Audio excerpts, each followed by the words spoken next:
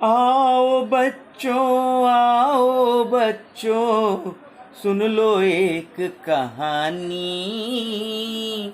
पंचतंत्र से चुन के लाए है अनूप की बानी हो, है अनूप की बानी। तो बच्चों, आज की कहानी का नाम है घमंडी हाथी और मासूम चिड़िया। बच्चों, एक जंगल में एक पेड़ था, मजबूत पेड़ था, और उस पर एक चिड़िया और चीड़ा अपना घोंसला बनाकर रहते थे बड़े प्रेम से। चिड़िया उसमें अंडे दी थी, और चीड़ा जो था वो दूर दूर से परवाज भर के दाना पानी का इंतजाम करता था, उस घोंसले तक लाता था। बड़े सुख से दोनों रहते थे।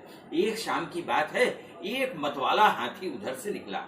उसे अपनी ताकत पर बहुत घमंड था। हाथी आया और उसने उस मजबूत पेड़ के तने को अपने शरीर से रगड़ना शुरू किया। रगड़ने से वो पेड़ हिलने लगा। हाथी बहुत मजबूत था, बहुत बलवान था, तो इसलिए उसके रगड़ खाने से वो पेड़ जोर जोर से हिलने लगा। चिड़िया को डर लगा। उसने कहा, हाथी चाचा, इस पेड़ को मत हिलाओ, इस पर मेरे अंडे पड़े हुए हैं, मेरे घोंसले में मेरे अंडे हैं जिसमें मेरे बच्चे हैं। ये अगर घोंसला टूट जाएगा तो मेरा अंडा बर्बाद हो जाएगा। लेकिन हाथी ने कहा, मुझे खुजली हो रही है, मैं इस पेड़ पर अपनी खुजली मिटा रहा हूँ, तू चुप रह, तू बैठ। बेचारी चिड़िया किसी तरीके से अपने घोंसले को जोर से पकड़कर बैठी हुई थी, लेकिन हाथी ने इतनी जोर जोर से वहां पर रगड़ मारी कि अंततः उसका घोंसला जमीन पर गिर पड़ा। उसमें से अंडे टूटकर बिखर गए। चिड़िया का ख्वाब बिखर गया। इतनी देर में हाथी अपनी मस्ती भरी चाल से वहां से चला गया।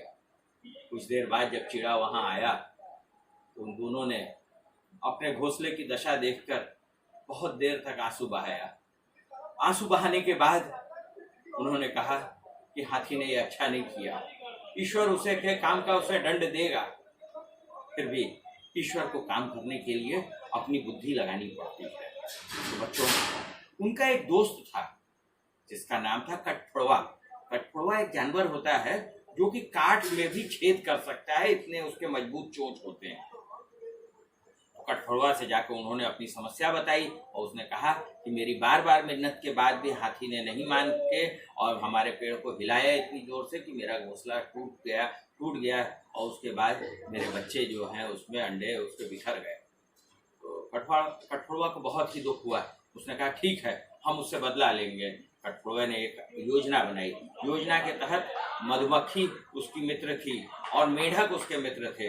उन लोगों ने मिलकर आपस में योजना बनाई। मधुमक्खी ने जाकर हाथी के कान में गुनगुनाना शुरू किया। गुनगुनाते गुनगुनाते हाथी को बड़ी अच्छी नींद आने लगी और इस बीच में कठफोड़वा को मौका मिल गया। वो हाथी के मुंह पर बैठा और उसने अपनी तेज चोंच से हाथी की आंखों पर वार किया और हाथी की आंखें खत्म हो गई, फूट गई। इसके बाद उस मेढक का काम था। मेढक ने एक दलदल भरे तालाब के पास जाकर खूब जोर से टर टर टर टर करना शुरू किया। जब हाथी को प्यास लगी तो उसने सोचा पास में ही कहीं पानी है। वो आंख बंद किए हुए, उसकी आंख फूट चुकी थी, तो आंख बंद किए हुए वो पानी की तलाश में उस मेढक जहाँ टर टर टर टर कर रहे थे दलदल के तालाब के पास, वहां तक चला गया। आगे बढ़ता गया तो बस उस तालाब में उसका पैर फंस गया। वो दलदल में धंसता चला गया। इस तरह हाथी ने अपने प्राण गंवा दिए। तो बच्चों, हम बड़ी से बड़ी मुसीबतों का मुकाबला कर सकते हैं आपसी एकता के साथ। हम छोटे छोटे लोग भी आपसी एकता अगर बरकरार रखें तो हम बड़े से बड़े दुष्ट हाथी को भी हरा सकते हैं।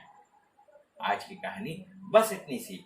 फिर मिलेंगे, तब तक के लिए नमस्ते।